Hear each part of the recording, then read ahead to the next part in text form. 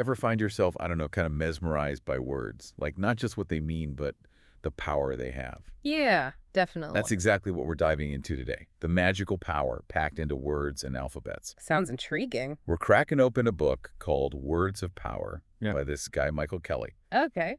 And it's all about how different magical traditions, like throughout history, didn't just see words as, describing magic, Right. but as being magic themselves. Whoa. So, like, the words themselves have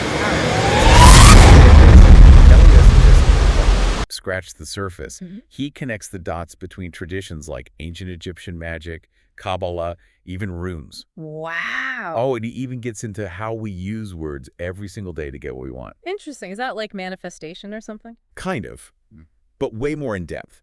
Like, one of the things that really blew my mind was how he breaks down these old magic texts, grimoires, I think they're called. Yeah, I've heard of those. And he analyzes the really bizarre words they use to summon different spirits and stuff. So, like, deciphering ancient codes. It's more like understanding the energy behind them.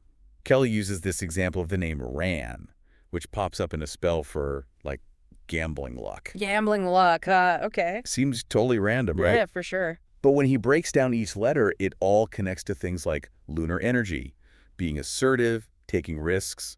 Oh, wow. So it's like each letter itself has its own little power source. Exactly. You're I'm totally getting getting it. That's wild. It's like you're combining these different ingredients, these letters, to create something even more powerful. Okay, so then, like, could I just rearrange Scrabble tiles and hope for the best? Well, I wouldn't necessarily rely on Scrabble for your magical workings, Worth a shot.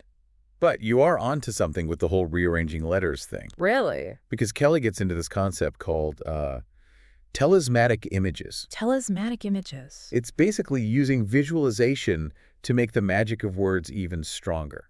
Wait, visualizing words, like, am I picturing them written out? It's more like letting the words spark a visual in your mind, capturing their essence. He uses the example of the angel Aniel. Okay. So imagine each letter in their name is like a brushstroke. Got it.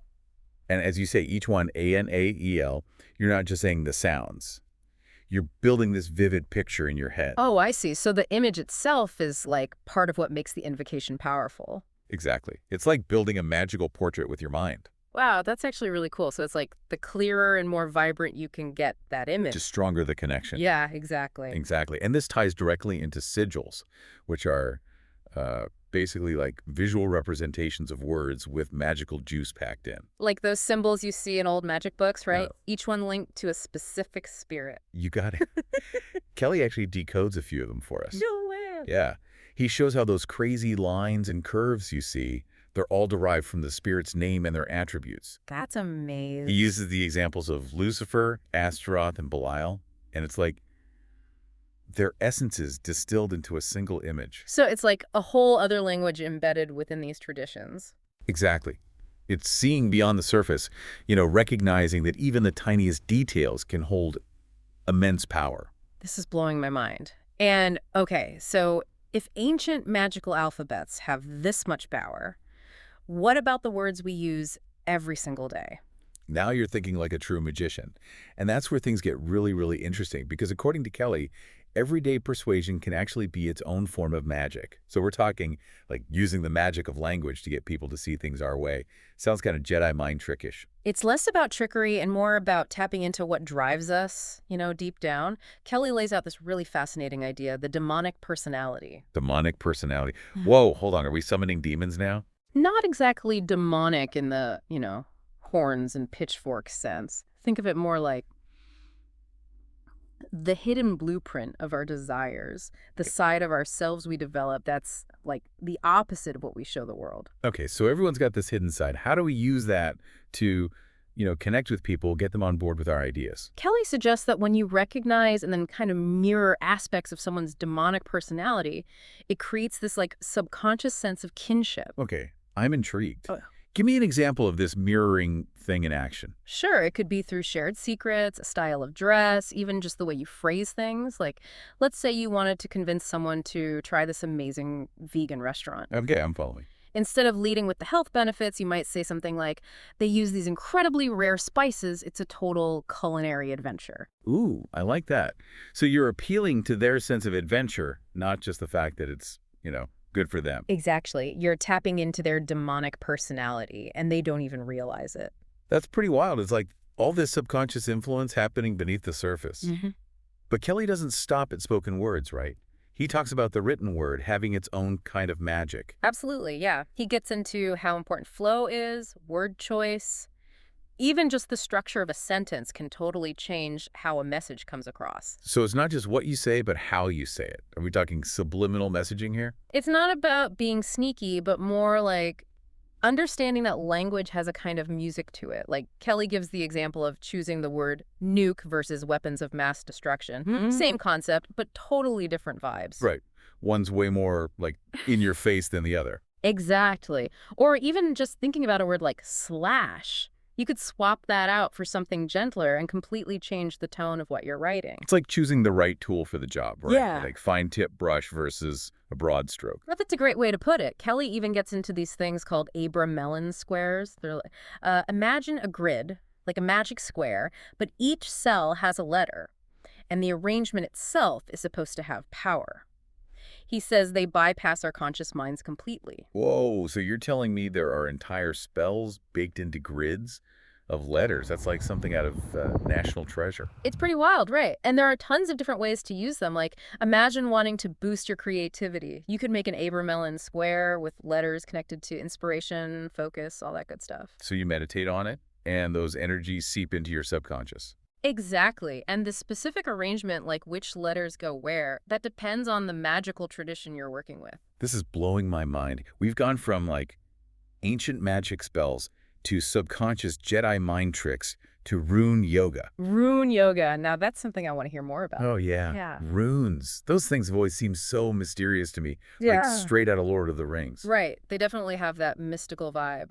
But Kelly does a good job of breaking down their power in a way that makes sense. Like, he talks a lot about how they're connected to sound. Sound interesting. He suggests, like, visualizing yourself surrounded by a circle of runes and actually chanting their sounds as a really potent ritual. So it's like each rune has its own sonic signature. And by chanting it, you're aligning yourself with its energy. Exactly. And it's not just passive chanting.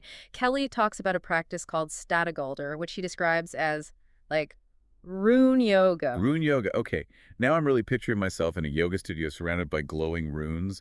What exactly is rune yoga? Basically, you're taking on specific postures that are meant to channel the power of certain runes. So let's say you want to attract more abundance and wealth. Always down for more abundance. Right. So you might do a sequence of postures, and each one corresponds to a different rune associated with prosperity, grounding, taking action. So your body becomes like a living, breathing rune, amplifying its energy through movement. Exactly. And when you combine those physical postures with focused intention and maybe even chanting the rune's sound, it creates this really powerful synergy that can actually make things happen. This is incredible. We've gone from deciphering ancient grimoires to rune yoga for attracting wealth all in one episode. Yeah. But before we get too lost in the mystical arts, I want to circle back to Kelly's ideas about everyday persuasion, because I have a feeling there are some seriously useful takeaways in there for anyone listening. Whether they're into magic or not, it's like we've been, I don't know, learning a secret language or something. Right. But instead of just talking to each other, we're tapping into this whole other level of communication that can, like, influence reality. It is a different way of looking at it, and it makes you realize just how many of these subtle influences we're swimming in every single day. Oh, 100%. Mm-hmm. Think about it. Ads, political speeches, even just the way people talk on social media. Yeah. It's all designed to get a reaction out of us. Exactly. And Kelly's point is that when we understand how these forces work, we're less likely to, be unconsciously pushed and pulled by them. So it's about empowerment then, like not letting ourselves be manipulated, but choosing how we want to use this power. Exactly. Recognizing that words have this incredible ability to shape how we think, what we believe, even what we do. So like being mindful of that little voice in our heads and how we're talking to other people. Right. Asking ourselves, what kind of energy am I putting out there with my words? That's a powerful question. Like, am I lifting people up or dragging them down? Am I contributing to the problem or being part of the solution? And beyond just the energy, it's about being smart about how we use our words to get what we want. Like that concept of mirroring someone's demonic personality we were talking about Okay. earlier. Right, right. That's using language strategically. Right, so it's not just about being nice with our words. It's about being deliberate, understanding the nuances. Exactly. And that includes things like tone of voice, body language, even just the rhythm of how we're speaking. All those things make a difference. Wow, so it's like we're composing a symphony, but instead of notes, we're arranging words to create a specific effect. I love that analogy Yeah. because it really is an art form. Mastering language takes intention. So as we wrap up this deep dive into words of power, what's the one thing you hope listeners will take away from our conversation today? That words are way more powerful than we often give them credit for. They can heal, inspire, create, but they can also harm. Definitely. Words have consequences. And when we become more aware of how we're using them, we can start to harness that power for good in our own lives and in the world. Beautifully said. So to everyone listening, next time you find yourself searching for the right words, remember, you're holding something really powerful, something magical even. Use it wisely. And until next time, happy spellcasting with your newfound vocabularies.